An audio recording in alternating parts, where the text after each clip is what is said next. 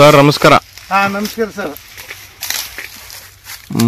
ಇದು ಎಷ್ಟು ತಿಂಗಳ ಕಬ್ಬು ಸರ್? ಈಗ ಇದು 11 ನಡೆದಿದೆ ಸರ್. ಈಗ 11. ಯಾವ ತಿಂಗಳು ಇದನ್ನ ನೀವು ನಾಟಿ ಮಾಡಿದ್ದು? ಡಿಸೆಂಬರ್ 25. ಡಿಸೆಂಬರ್ 25. ಈ ಕಡೆ ಬರ್ರಿ, ಕಾಣಲ್ಲ ನೀವು. ಡಿಸೆಂಬರ್ 25 ಅಲ್ರಿ? ಹೌದು. ನಾಟಿ ಮಾಡಿ ಈಗ 11 ತಿಂಗಳು ಆಯ್ತಲ್ಲ ಸರ್? 11 ತಿಂಗಳ ನಡೀತೈತ್ರಿ. ಏನೇನೆಲ್ಲ ಮಾಡಿದ್ರಿ ಒಂದು 11 ತಿಂಗಳಲ್ಲಿ? ಇದಕ್ಕೆ ಏನೇನ್ ಕೊಟ್ರಿ, ಎಷ್ಟೆಷ್ಟು ಕೊಟ್ರಿ, ಏನೇನ್ ಮಾಡಿದ್ರಿ? ನಾಟಿ ಮಾಡಿದಾಗ ಎಕರೆಗೆ 8 ಚೀಲ ಕೂಬಾ ಸಾಯಿಲ್ ಕಂಡೀಷನರ್ ಹಾಕಿ ಗೊಬ್ಬರ. ಓಕೆ. ಅದ್ರ ಜೊತೆಗೆ ಬೂಸ್ಟ್ ಹಾಕಿದೀವಿ. ಹ್ಞೂನ್ರಿ. ಅದ್ರ ಜೊತೆಗೆ ಹಾರ್ಟಿಕಲ್ಚರ್ ಆಯಿಲ್ ಹಾಕಿದೀವಿ. ಹ್ಞೂನ್ರಿ. ಆಮೇಲೆ 4 ತಿಂಗಳು 120 ದಿನದೊಳಗ ಹ್ಞೂನ್ರಿ ಮತ್ತೆ ನಾವು 8 ಚೀಲ ಎಕರೆಗೆ ಹ್ಞೂನ್ರಿ ಗೊಬ್ಬರವನ್ನು ಹಾಕಿವಿ. ಅಲ್ಲಿಂದ ಮತ್ತೆ ಏನು ಮಾಡಿಲ್ಲ, ಇವಾಗ 6 ತಿಂಗಳ ಒಮ್ಮೆ ಸುಲ್ಸಿನಿ. ಇದನ್ನ 6 ತಿಂಗಳ ಒಂದ್ಸರಿ ಸುಲ್ಸಿದಿರ. 9 ತಿಂಗಳಿಗೆ ಮತ್ತೆ ಮಾಡಿ ಸುಲ್ಸಿನಿ. 9ನೇ ತಿಂಗಳಿಗೆ ಮತ್ತೊಂದ್ಸರಿ ಈಗ ಸುಲಿಸಿ 2 ತಿಂಗಳ ಆತೀಗ. ಇದು ನೋಡ್ರಿ, ಈಗೆಲ್ಲ ಅದೇ ಇರೋದನ್ನ ಮೊದಲಿನ ಗೊಬ್ಬರ ಆಗೈತಿ.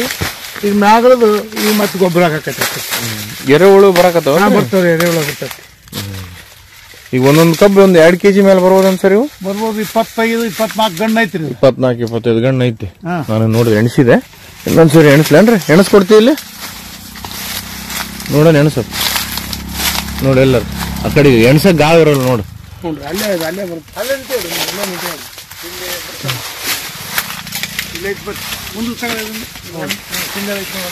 ಈ ಕಬ್ಬು ಇನ್ನೊಂದು ವಾರದಲ್ಲಿ ಕಟಾವ್ ಆಗ್ತೈತ್ರಿ. ಯಾಕಂದ್ರ ನಮ್ ಕಡೆಗೆ ಆಲ್ರೆಡಿ ಕಟಾವ್ ಜೋರ್ ನಡೆದೈತಿ. ಮತ್ ಲೇಟ್ ಆದ್ರೆ 12 ತಿಂಗಳು ಬಿಡ್ಬೇಕಂದ್ರ ಆಗಂಗಿಲ್ಲ.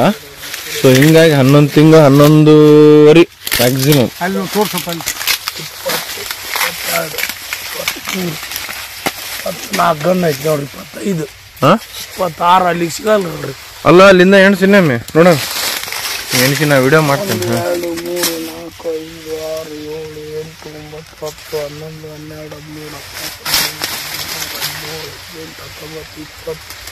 11 12 13 14 ಅಲ್ಲಿವರೆಗಿನ ಒಂದು ಕೋಲೆ 2 kg ಬರ್ಬೋದಾ? ಹೌದು ಸರ್, 2 kg ಮೇಲೆ ಬರ್ತದೆ. ಹೌದಾ? ಹ್ಞೂ ಸರ್. ಎಲ್ಲ ಹಂಗೈತಿ, ಯಾವ ಅನ್ನಂಗಿಲ್ಲ. ಎಲ್ಲ ಒಂದೇ ರೀತಿ ಐತಿ ಹುಡುಕಬ್ಬು. ಎಲ್ಲ ಹಂಗೈತಿ ಸರ್. ಹೆಂಗ ನಿಮ್ಗೆ ಸ್ಯಾಟಿಸ್ಫೈ ಆಗೈತಲ್ರಿ ಇದು ಗೊಬ್ಬರ? ಭಾಳ ಸಂತೋಷ ಆಗೈತಿ. ಹೌದ್ರಾ? ಹಳೆ ಫಸ್ಟಿಗೆ ಏನ್ ಸುಲ್ಸಿದ್ರ ಅದನ್ನೆಲ್ಲ ಎರೆಹುಳು ಬಂದು ತಿಂದ್ಬಿಟ್ಟವಲ್ರಿ? ನೆಕ್ಸ್ಟ್ ಇದಕ್ಕೆ ಚಾಲೂ ಮಾಡೈತಿ. ಈಗ ಆಮೇಲೆ ಜೊತೆಗೆ ಮಡಿಗಬ್ಬ ಅಂತ ಬರ್ತೈತ್ರಿ. ಇಲ್ಲ, ಲಾಸ್ಟ್ ವಿಡಿಯೋದಾಗ ನಾವು ತೋರಿಸಿದ್ವಿ ಸರ್. ಮಡಿಗಬ್ಬು ಭಾಳ ಚೆನ್ನಾಗಿ ಬಂದೈತಿ. ಅದು ಏನಿಲ್ಲ, ಅದು 1 kg 2 kg. ರಾಜೇಂದ್ರ ಕುಮಾರ್ ಏನ್ ಹೇಳಿದ್ರು ಅಂದ್ರೆ ಸರ್, ನಮಗೆ ಅವರು ಗೋಕುಪಾಮೃತನ ಎವ್ರಿ 15 days ಒಂದ್ಸರಿ ಬಿಡ್ರಿ ಅಂತ ಹೇಳಿದ್ರು ನಮಗೆ. ಅಂದ್ರೆ ಇನ್ನೂ ಚೆನ್ನಾಗಿ ಬರುತ್ತೆ ನಿಮ್ ಕಬ್ಬು ಅಂತ ಹೇಳಿದ್ರು. ಅದ್ರ ಜೀವಾಣುಗಳು ಜಾಸ್ತಿ ಆಗ್ತಾವ ಅಂತ ಹೇಳಿ ನಮ್ ಕೈಲಿ ಮಾಡೋದ್ ಆಗ್ಲಿಲ್ಲ ಅದನ್ನ. ನೀವು ನಾನು ಮಾಡಿಲ್ರಿ ಪಾಪ, ನೀವೊಬ್ಬರ ಅಲ್ಲ, ನಾನು ಮಾಡ್ಲಿಲ್ಲ ಅದನ್ನ. ನಾನು ಮಾಡ್ಬೇಕಾಗಿತ್ತು, ನಾವು ಮಾಡ್ಲಿಲ್ಲ.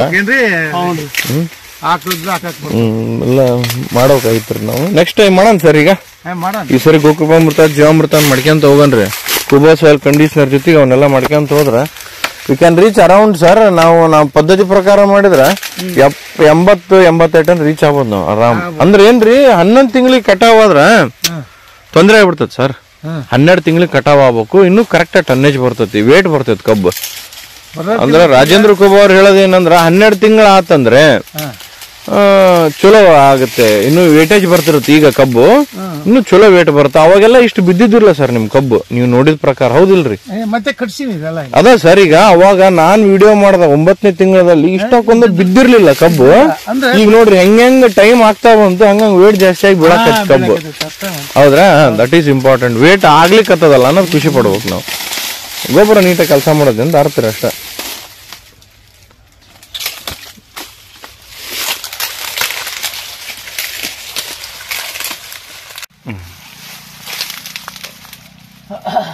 ಈಗ ಮಾತಾಡ್ರಿ ಸರ್. ನಮಸ್ಕಾರ ರೀ ಸರ.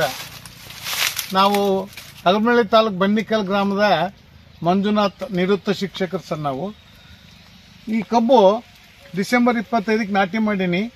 38032 ಕಂಪ್ನಿ ಇರೋದು, ಬೆಲ್ಲದ ರಾಜ ಅಂತ ಕಬ್ಬು.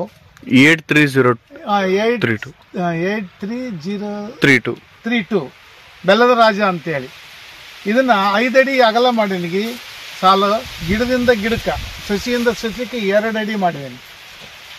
ಹೀಗಾಗಿ ನನಗೆ ಇದಕ್ಕೆ 1 ಎಕರೆಗೆ 16 ಚೀಲ ಕೂಬಾ ಸಾಯಿಲ್ ಕಂಡೀಷನರ್ ಗೊಬ್ಬರವನ್ನು ಕೊಟ್ಟೀನಿ. ಮತ್ತು ಸಾವಯವ ಇರ್ತಕ್ಕಂಥ ಪದಾರ್ಥ ಇದು ಯಾವುದದು ಆರ್ಟಿಕಲ್ಚರ್ ಆಯಿಲ್ ಹಾಕಿದ್ದೀನಿ, ಬೂಸ್ಟ್ ಹಾಕಿದ್ದೀನಿ. ಸರ್ಕಾರಿ ಗೊಬ್ಬರ ಆಗಲಿ ಸರ್ಕಾರಿ ಔಷಧ ಯಾವುದೇ ಔಷಧವನ್ನು ನಾನು ಇದಕ್ಕೆ ಮುಟ್ಟಿಲ್ಲ. ನನ್ನ ಭೂಮಿ ನೋಡ್ರಿ ಎಷ್ಟು ಮೃದುವಾಗಿದೆ. ಇದು ಈ ಗೊಬ್ಬರ ಹಾಕೋದ್ರಿಂದ ಭೂಮಿ ತನ್ನ ಶಕ್ತಿಯನ್ನು ಕಳ್ಕೊಂಡಿರ್ತಕ್ಕಂಥದ್ದನ್ನು ಮರಳಿ ಪಡಿತಕ್ಕಂಥ ಶಕ್ತಿ ಈ ಗೊಬ್ಬರಕ್ಕೈತಿ. ಸರ್ಕಾರಿ ಗೊಬ್ಬರ ಆಗಿಬಿಟ್ರೆ ಪೆಡಸ್ ಬರ್ತೈತಿ. ಇದು ಮೃದುವಾಗಿರ್ತಕ್ಕಂಥ ಮಣ್ಣಿಗೆ ಮೃದುತ್ವವನ್ನು ಕೊಡ್ತೈತಿ, ಜೀವನವನ್ನು ವೃದ್ಧಿಗೊಳಿಸ್ತಕ್ಕಂಥ ದೃಷ್ಟಿ ಇಟ್ಕೊಂಡು ಈ ಗೊಬ್ಬರವನ್ನು ನಾನು ಮಾಡೀನಿ. ಈ ರೀತಿಯಾಗಿ ನಂದು 3.5 ಎಕರೆ ಕಬ್ಬು ಈ ಒಂದು ಗಣ್ಣಿನಲ್ಲಿ ಸುಮಾರು 18 ತನ ಐತೆ ನೋಡ್ರಿ. 18 ಇದು ಇದೆ, ಏನು ಗಣ್ಣು 18 ಗಣ್ಣು ಈ ತರವಾಗಿ ಎಲ್ಲ ಸುಲಿಸಿ 1 2 3 4 5 6 7 8 9 10 11 12 13 14 15 16 17 18 ತನ ಇದೆ.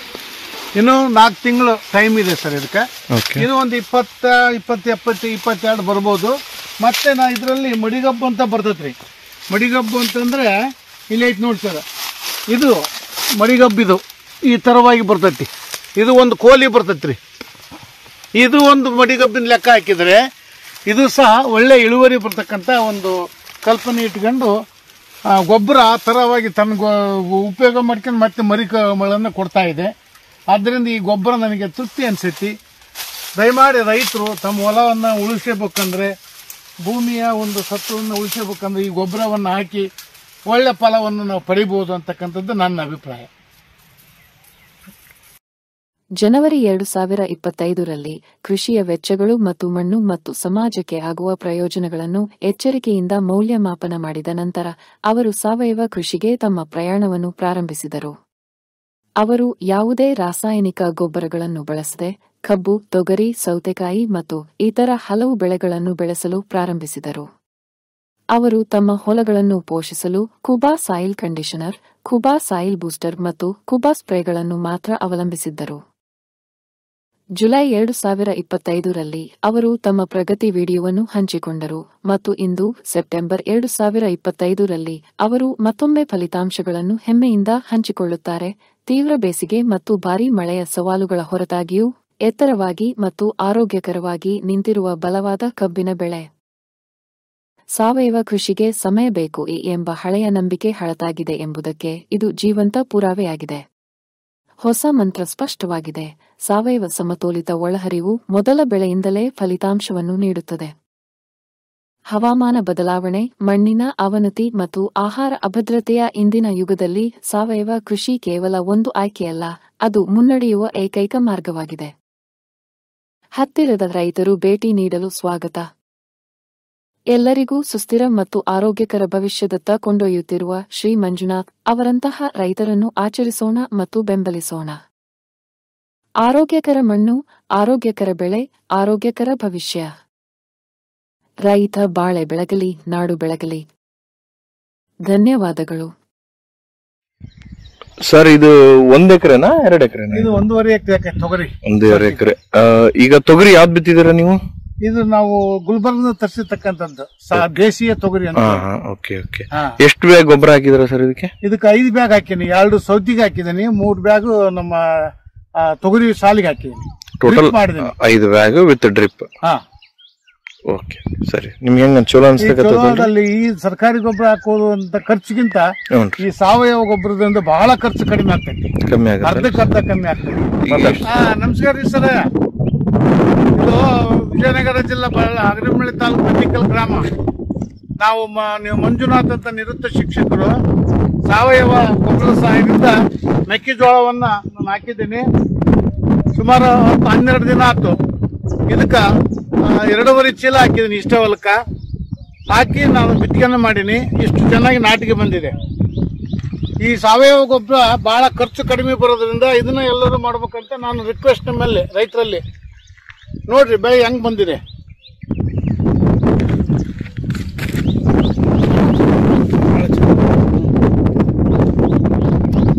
ಅಲ್ರಿ ಸರ್ಕಾರಿ ಗೊಬ್ಬರಕ್ಕಿಂತ ಈ ಸಾವಯವ ಗೊಬ್ಬರ ಹಾಕೋದ್ರಿಂದ ಭೂಮಿ ಮೆತ್ತಗಿದೆ, ಭೂಮಿಯ ಒಂದು ಆಯುಷ್ಯ ಹೆಚ್ಚಿಗೆ ಆಗ್ತದೆ.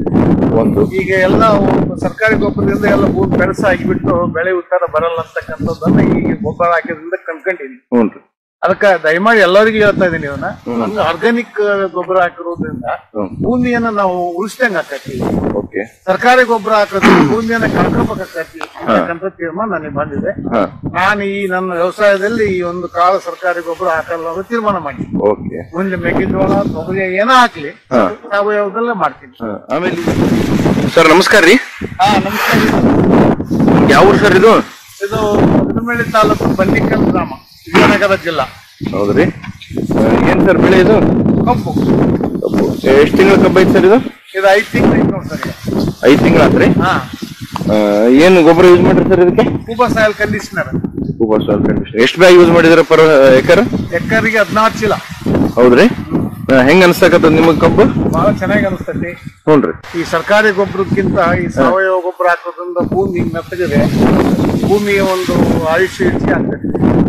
ಈಗ ಎಲ್ಲ ಸರ್ಕಾರಿ ಗೊಬ್ಬರದಿಂದ ಎಲ್ಲ ಭೂಮಿ ಬೆಳಸಾಗಿಬಿಟ್ಟು ಬೆಳೆ ಉತ್ತರ ಬರಲ್ಲ ಅಂತಕ್ಕಂಥದ್ದನ್ನ ಈಗ ಗೊಬ್ಬರ ಹಾಕಿದ್ರಿಂದ ಕಂಡ್ಕೊಂಡಿದ್ದೀನಿ. ಅದಕ್ಕೆ ದಯಮಾಡಿ ಎಲ್ಲರಿಗೂ ಹೇಳ್ತಾ ಇದೀನಿ, ಇವನ್ನ ಎಲ್ಲರೂ ಈ ಕೂಬಾ ಸಾಯಿಲ್ ಕಂಡೀಷನರ್ ಹಂಗ ಆರ್ಗಾನಿಕ್ ಗೊಬ್ಬರ ಹಾಕಿರೋದ್ರಿಂದ ಭೂಮಿಯನ್ನ ನಾವು ಉಳಿಸ್ದಂಗ ಆಕತಿ. ಸರ್ಕಾರಿ ಗೊಬ್ಬರ ಹಾಕೋದ್ರಿಂದ ಭೂಮಿಯನ್ನ ಕಳ್ಕೊಬೇಕಾಕತಿ ಅಂತಕ್ಕಂಥ ತೀರ್ಮಾನ ನನಗೆ ಬಂದಿದೆ. ನಾನು ಈ ನನ್ನ ವ್ಯವಸಾಯದಲ್ಲಿ ಈ ಒಂದು ಕಾಳ ಸರ್ಕಾರಿ ಗೊಬ್ಬರ ಹಾಕಲ್ಲ ಅನ್ನೋ ತೀರ್ಮಾನ ಮಾಡಿದ್ದೀನಿ. ಮುಂದೆ ಮೆಕ್ಕೆಜೋಳ ತೊಗರಿ ಏನೋ ಹಾಕ್ಲಿ ಸಾವಯವದಲ್ಲೇ ಮಾಡ್ತೀನಿ. ಆಮೇಲೆ ಎಷ್ಟು ಗಣ್ ಬಿಟ್ಟಿದೆ ಸರ್ ಈಗ? 5 ತಿಂಗಳಿಗೆ? 5 ತಿಂಗಳಿಗೆ 6 ಗಣ್ಣು ಐತೆ ಸರ್. ಹೌದ್ರಿ. ದಪ್ಪ ಸರ್? ಚೆನ್ನಾಗಿದೆ. ಒಂದು ಮಡ್ಲಿಗಾವ್ ಆಕಾರದಲ್ಲಿ ಬರ್ತದೆ. ನಿಮ್ಗೆ ಚೆನ್ನಾಗಿ ಅನ್ಸ್ಲಿಕ್ಕತ್ತದಲ್ರಿ? ತುಂಬಾ ತೃಪ್ತಿ. ಬಹಳ ಚೆನ್ನಾಗಿದೆ. ಬಹಳ ಚೆನ್ನಾಗಿದೆ. ಗೊಬ್ಬರ ಹಿಂಗ್ ನೀಟಾಗಿ ಕೆಲಸ ಮಾಡುತ್ತಲ್ಲ? ಬಹಳ ಚೆನ್ನಾಗಿ ಕೆಲಸ ಮಾಡ್ತೀವಿ. ಇದು ಬಿಟ್ಟು ಮತ್ತೇನ್ ಬೇರೆ ಬೇರೆ ಬೆಳೆ ಮಾಡಿದಿರ ನೀವು ಈಗ? ನಾವೀಗ ಸದ್ಯ ಮೆಕ್ಕೆಜೋಳಕ್ಕೆ ಹೊಲ ಹದ ಮಾಡಕತ್ತೀವಿ. ಓಕೆ. ಆಮೇಲೆ ತೊಗರಿಗೆ ಹೊಲ ಹದ ಮಾಡಕತ್ತೀವಿ. ಅದಕ್ಕೆ ಎಕರೆಗೆ 3 ಚೀಲ ಸಾವಯವ ಗೊಬ್ಬರಿಗೆ ಗೋಬರ್ ಸಾಯಿಲ್ ಕಂಡೀಷನರ್ ಗೊಬ್ಬರ ಇದೆಲ್ಲ 3 ಚೀಲ ಉಜ್ಬಿಟ್ಟು ಬಿತ್ತನೆ ಮಾಡಿಬಿಟ್ರೆ ಮತ್ತೆ ಪೂರ್ವ ನಾವು ಯಾವ್ದು ಹಾಕಂಗೇ ಇಲ್ಲ. ಒಳ್ಳೆ ಚೆನ್ನಾಗಿ ಬರತಕ್ಕಂಥದ್ದು ನಮಗೆ ಈ ಕಬ್ಬಿಗೆ ಗೊಬ್ಬರ ಹಾಕಿದ್ರಿಂದ ಮನಗಂಡಿವಿ. ಆದ್ರಿಂದ ನಾವು ಯಾವುದೇ ಸರ್ಕಾರಿ ಗೊಬ್ಬರ ಯೂಸ್ ಮಾಡದೆ ನಾವು ಗೋಬರ್ ಸಾಯಿಲ್ ಕಂಡೀಷನರ್ ಅನ್ನೇ ಆರ್ಗ್ಯಾನಿಕ್ ಗೊಬ್ಬರವನ್ನೇ ಉಪಯೋಗ ಮಾಡ್ಬೇಕಂತ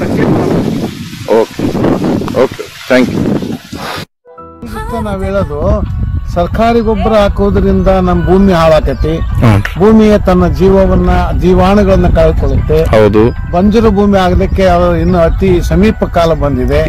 ಆದ್ರಿಂದ ನೀವು ದಯಮಾಡಿ ಈ ಸಾವಯವ ಗೊಬ್ಬರ, ಸಗಣಿ ಗೊಬ್ಬರ ಅಂತ ಹಾಕಕ್ಕಾಗಲ್ಲ ನಮಗೆ. ಸಾವಯವ ಗೊಬ್ಬರ ಮಾಡೋದ್ರಿಂದ ಭೂಮಿ ಉಳಿತಾಕತಿ, ನಾವು ಉಳಿತೀವಿ.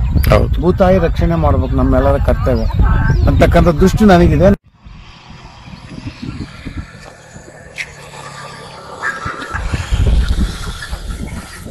ಸರ್ ನಮಸ್ತೆ. ನಮಸ್ಕಾರ ರೀ ಸರ್. ಇದು ಯಾವ ಊರು ಇದು? ಇದು ವಿಜಯನಗರ ಜಿಲ್ಲಾ ಹಗರಮೇಳಿ ತಾಲೂಕು ಬಂಡಿಕಲ್ ಗ್ರಾಮ ಸರ್. ಹೌದ್ರಿ. ಏನ್ ಹಾಕಿರಿ ಸರ್ ನಿಮ್ ಹೊಲಕ್ಕ? ನಾವು ಮೊಳಕ ಈ ವರ್ಷ ನಾವು ಕಬ್ಬು ಹಾಕಿದೀವ್ರಿ. ಹೌದ್ರಿ. ಇದು ಎಷ್ಟು ಎಕರೆ ಇದೆ ಸರ್ ಇದು ಪ್ಲಾಟ್? 3.5 ಎಕರೆ ಆಗ್ತೈತ್ರಿ. ಹೌದ್ರಿ. ಇದು ಗೊಬ್ಬರ ಯಾವ್ದು ಯೂಸ್ ಮಾಡ್ರಿ ಸರ್ ಇದಕ್ಕ?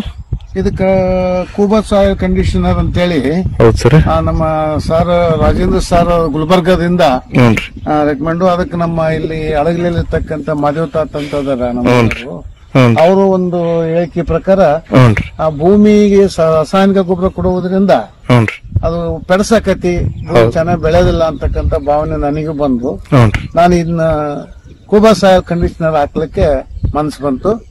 ಅದಕ್ಕೆ ನಾನು 1 ಎಕರೆಗೆ 3400 ಬೀಜದ ಸಸಿಯನ್ನ ಸೀಗುಣಿಸಿಯಿಂದ ತರಿಸಿನಿ. ಬಿಜಾಪುರ ಜಿಲ್ಲಾ ಅಫಜಲ್ಪುರ್ ತಾಲೂಕ್ನಾಗಿಂದ, ಬದಲಾಪುರ ತಾಲೂಕಿನಿಂದ. ಹೀಗಾಗಿ ನನಗೆ ಇದು ಬಹಳ ತೃಪ್ತಿ ಅನ್ಸತ್ತೆ. ಹೌದು ಸರ್. ಈಗ ಇದು ಹಚ್ಚಿ ಮೇಲೆ 1 ಎಕರೆಗೆ 8 ಚೀಲ ಹಾಕ್ಬೇಕು ಅಂತ ಹೇಳಿ ಅವ್ರು ರೆಕಮೆಂಡ್ ಮಾಡಿದ್ರು. ನಮ್ಮ ಮಾದೇವ್ ವೀರಾಪುರದವರು ಮತ್ತೆ ಸಾರು. ಅದೇ ಪ್ರಕಾರ ಮೊನ್ನೆ ನಾನು 22 ಚೀಲ ಗೊಬ್ಬರ ಇದಕ್ಕೆ ಹಾಕಿದೀನಿ ಈಗಾಗ್ಲೇ. ಹೌದ್ರಿ. ಈಗ ನಿಮಗ ಹಾಕಿದ ಮೇಲೆ ಎಷ್ಟು ದಿನ ಆಯ್ತು ಸರ್ ಇವಾಗ ಹಾಕಿ? ಈಗ ಹಾಕಿ 4 ದಿನ ಆಗಿದೆ. ಹೊಲದಾಗ ಅಡ್ಡಾಡಿದ್ರೆ ಹೂ ಮೇಲೆ ಅಡ್ಡಾಡಿದ ಹಾಕತ್ತೆ. ಹೌದ್ರಾ? ಬಹಳ ಮೆತ್ತಗೆ ಆಗಿದೆ. ಇಲ್ಲಿ ನೋಡ್ರಿ, ಇಲ್ಲಿ ನೋಡ್ರಿ ಎಷ್ಟು ಚೆನ್ನಾಗಿ ಮೆತ್ತಗಾಗಿದೆ. ಇಲ್ಲಪ್ಪ ಶಟಗನ್ ಎಲ್ಲ ಎಂಡಿ ಕಿತ್ತು ಬಿಟ್ಟು ನೋಡ್ರಿ ಹೊಲ. ಹೌದಲ್ರಿ? ಈಗ ನಿಮ್ಗೆ ಸ್ಯಾಟಿಸ್ಫೈ ಆಯ್ತಲ್ ಸರ್ ಗೊಬ್ಬರ ಇದು? ಬಹಳ ಸ್ಯಾಟಿಸ್ಫ್ಯಾಕ್ಷನ್ ಇದೆ. ಇವಾಗ ಹಾಕಿ 4 ದಿನಕ್ಕೆ ನಿಮ್ಗೆ ಸ್ಯಾಟಿಸ್ಫ್ಯಾಕ್ಷನ್ ಇದೆ? Okay okay okay. ನೀವು ಈಗ ರೈತರಿಗೆಲ್ಲ ಏನ್ ಹೇಳ್ಬೇಕಂತ ಇಷ್ಟಪಡ್ತೀರಿ ನೀವು? ಇಷ್ಟ ನಾವ್ ಹೇಳೋದು, ಸರ್ಕಾರಿ ಗೊಬ್ಬರ ಹಾಕೋದ್ರಿಂದ ನಮ್ ಭೂಮಿ ಹಾಳಾಕತಿ, ಭೂಮಿಯ ತನ್ನ ಜೀವಾಣುಗಳನ್ನ ಕಳ್ಕೊಳ್ಳುತ್ತೆ. ಹೌದು. ಬಂಜರು ಭೂಮಿ ಆಗ್ಲಿಕ್ಕೆ ಇನ್ನು ಅತಿ ಸಮೀಪ ಕಾಲ ಬಂದಿದೆ. ಆದ್ರಿಂದ ನೀವು ದಯಮಾಡಿ ಈ ಸಾವಯವ ಗೊಬ್ಬರ, ಸಗಣಿ ಗೊಬ್ಬರ ಅಂತ ಹಾಕಕ್ಕಾಗಲ್ಲ ನಮಗೆ. ಸಾವಯವ ಗೊಬ್ಬರ ಮಾಡೋದ್ರಿಂದ ಭೂಮಿ ಉಳಿತಾಕತಿ, ನಾವು ಉಳಿತೀವಿ. ಭೂತಾಯಿ ರಕ್ಷಣೆ ಮಾಡ್ಬೇಕು, ನಮ್ಮೆಲ್ಲರ ಕರ್ತವ್ಯ ಅಂತಕ್ಕಂಥ ದೃಷ್ಟಿ ನನಗಿದೆ. ನನ್ನ ತಾಯಿ ಭೂದೇವಿ, ನಿನ್ನ ಪ್ರಾರ್ಥಿಸುತ್ತೇವೆ, ನಿನ್ನ ಮಡಿಲಲ್ಲಿ ಜೀವನದ ಬೀಜ ಬಿತ್ತುತ್ತೇವೆ. ನಿನ್ನ ಮಣ್ಣಿನಲ್ಲಿ ನಮ್ಮ ಜೀವನ ನೆಲೆಸಿದೆ, ನಿನ್ನ ಕಾಪಾಡಿದರೆ ನಮಗಾಗಿ ಆರೋಗ್ಯಕರ ಆಹಾರ ಬೆಳೆ. ನಾವು ಸಾವಯವ ಕೃಷಿಕರು, ಸಾವಯವ ನಮ್ಮ ಪ್ರಾರ್ಥನೆ. ನಮ್ಮ ಸಂಪ್ರದಾಯವನ್ನು ಮರೆತಿಲ್ಲ, ನಮ್ಮ ಭೂತಾಯಿ ಮರೆತಿಲ್ಲ. ಕೂಬಸೈಲ್ ಕಂಡೀಷನರ್ ಎಲ್ಲ ಲಘು ಮತ್ತು ಸೂಕ್ಷ್ಮ ಪೋಷಕಾಂಶಗಳೊಂದಿಗೆ ಪರಿವರ್ತಿತವಾಗಿರುವ ಏಕೈಕ ಗೊಬ್ಬರ. ಸಸ್ಯದ ಅವಶ್ಯಕತೆಗಳಿಗೆ ಅನುಗುಣವಾಗಿ ಪೋಷಕಾಂಶಗಳನ್ನು ನೀಡುತ್ತದೆ. ವಿಸ್ತೃತ ಜೀವಿತಾವಧಿ ಹೊಂದಿದೆ. ತೇವಾಂಶವನ್ನು ಸಂಗ್ರಹಿಸಿ ನೀರಿನ ಕೊರತೆಯಲ್ಲಿಯೂ ತಾಪಮಾನ ಹೆಚ್ಚಾದರೂ ಹಸಿರು ಬೆಳೆಯ ಚೈತನ್ಯವನ್ನು ನೀಡುವ ಜೀವಧಾರೆ.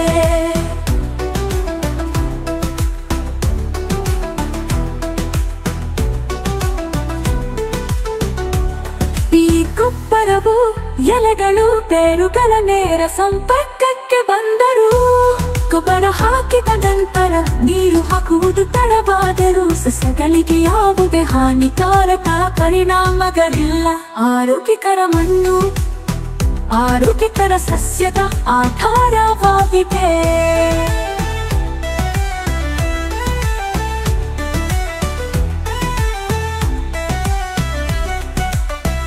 ಆರೋಗ್ಯಕರ ಮಣ್ಣು ಆರೋಗ್ಯಕರ ಸಸ್ಯದ ಆಧಾರವಾಗಿದೆ.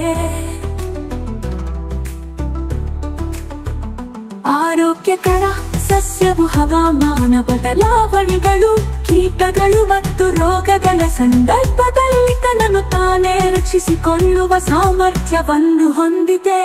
ಕೂಬಸೈಲ್ ಕಂಡೀಷನರ್ ಯಾವುದೇ ಮಣ್ಣು, ನೀರು ಅಥವಾ ಹವಾಮಾನಕ್ಕೆ ಸೂಕ್ತ. ಎಲ್ಲ ಬೆಳೆಗಳಿಗೆ ವೆಚ್ಚ ಪರಿಣಾಮಕಾರಿ ಸಾವಯವ ಕೃಷಿ. ಬೇರೆ ಯಾವುದೇ ಗೊಬ್ಬರ ಬೇಕಿಲ್ಲ. ಕೂಬಸೈಲ್ ಬೂಸ್ಟರ್ ಬೀಜ ಸಂಸ್ಕರಣೆ, ಬೇರುಗಳ ಸುರಕ್ಷತೆ ಮತ್ತು ಬೆಳವಣಿಗೆಗೆ. ಕೂಬಗೂಟು ಮೋಟರ್ ಕಡಿಮೆ ಬೆಳಕಿನಲ್ಲಿ ಉಳಿಯುತ್ತೆ ಬೆಳವಣಿಗೆಯ ಸಹಕಾರ. ಹೂ ಬಿಡುವಿಕೆ, ಹೂ ಮತ್ತು ಹಣ್ಣು ಇಳುವರಿಯನ್ನು ಹೆಚ್ಚಿಸಲು. ನ್ಯಾಚುರಲ್ ಹಾರ್ಟಿಕಲ್ಚರ್ ನಮ್ಮ ಭೂತಾಯಿಗೆ ವಿಷವಲ್ಲ, ಗಿಡಮರಗಳಿಗೆ ಅಥವಾ ಅದರ ಹಣ್ಣುಗಳಿಗೆ ಎಂದಿಗೂ ವಿಷವಲ್ಲ.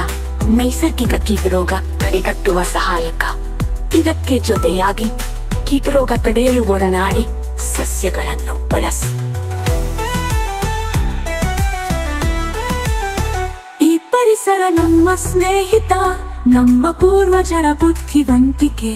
ಪರಿಸರ ಸ್ನೇಹಿಯಾಗಿರುವುದು ಎಂದರೆ ನಿಮ್ಮ ಪ್ರಯೋಜನಕ್ಕಾಗಿ ಪ್ರಕೃತಿಯನ್ನು ಬಳಸುವುದು, ಹಾಗೆಯೇ ಕೃಷಿ ವೆಚ್ಚವನ್ನು ಕಡಿಮೆ ಮಾಡುವುದು. ಆರೋಗ್ಯಕರ ಪೌಷ್ಟಿಕ ಆಹಾರವನ್ನು ಒದಗಿಸಿ ಅನ್ನದಾತ ಎಂಬ ಹೆಸರನ್ನು ಶ್ರೀಮಂತಗೊಳಿಸಿ. ಭೂದೇವಿ ಮಡಿಲಲ್ಲಿ ಭಾರತವು ಜಗತ್ತಿಗೆ ಆದರ್ಶವಾಗಲಿ. ಭೂದೇವಿಯ ಮಡಿಲಲ್ಲಿ ಸಾವಯವ ಕೃಷಿಯ ಪರಂಪರೆಯ ಬೆಳೆಯಲಿ.